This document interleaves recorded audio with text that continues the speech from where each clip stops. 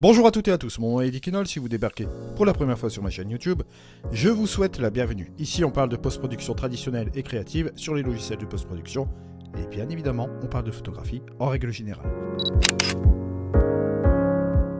Et aujourd'hui on se retrouve donc sur un tutoriel Luminaire Neo en l'occasion de notre épisode 800 sur ma chaîne YouTube.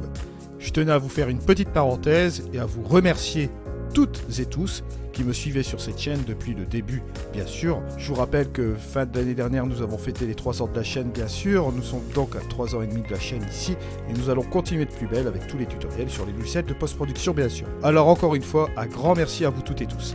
Alors on y va, c'est parti. Je vais regarder ce que je vais faire avec ces deux photos-là. Oui, je vous dis, vous deux photos. Puisque là, si je masque mon calque, vous allez remarquer ici que j'ai une longue exposition en dessous.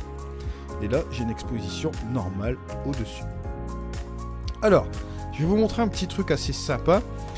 Parce que bon, on va se mettre ici en mode différence sur la mode de fusion ici. Pourquoi on se met en mode de fusion ici en mode différence? Parce que vous voyez que là, entre les deux poses, l'alignement du trépied ici n'est pas réellement exact. Il y a un petit décalage. C'est pour cela que le fait de se mettre en différence ici, ça nous permet de voir ce petit décalage. C'est la petite ligne blanche que vous voyez ici. L'objectif, ça va être de cliquer et d'aller vers le bas pour faire disparaître cette ligne blanche. Voilà, juste comme ceci. Et lorsque vous allez vous mettre en mode normal,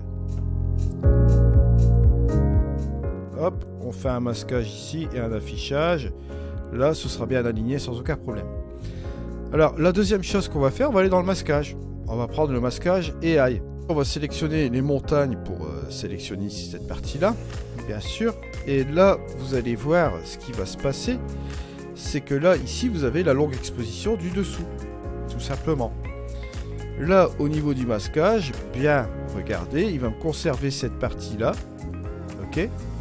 Et il va tout simplement me laisser passer cette partie de la longue exposition. Vous voyez, et on regarde simplement la partie qui ne fait pas partie de la longue exposition, c'est-à-dire le calque du dessus.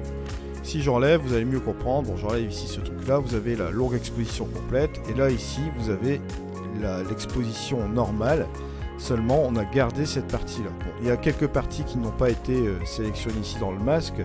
Si vous allez ici dans le masquage, voilà, et qu'on fait un affichage, vous avez quelques petites parties qui n'ont pas été sélectionnées, donc notamment là aussi ici. Vous pouvez rectifier bien sûr avec le pinceau si vous le souhaitez.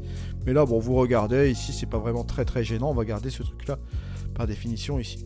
Donc ça va vous permettre de travailler simplement sur cette partie ici, tout en conservant le reste de la longue exposition du calque du dessous, bien sûr.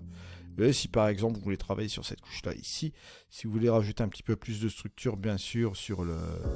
Comment dirais-je? Sur cette partie-là, sans impacter le reste de la longue exposition. Vous pouvez le faire également ici, changer un petit peu la nature des couleurs, rajouter un petit peu plus de saturation, voilà, juste comme ceci.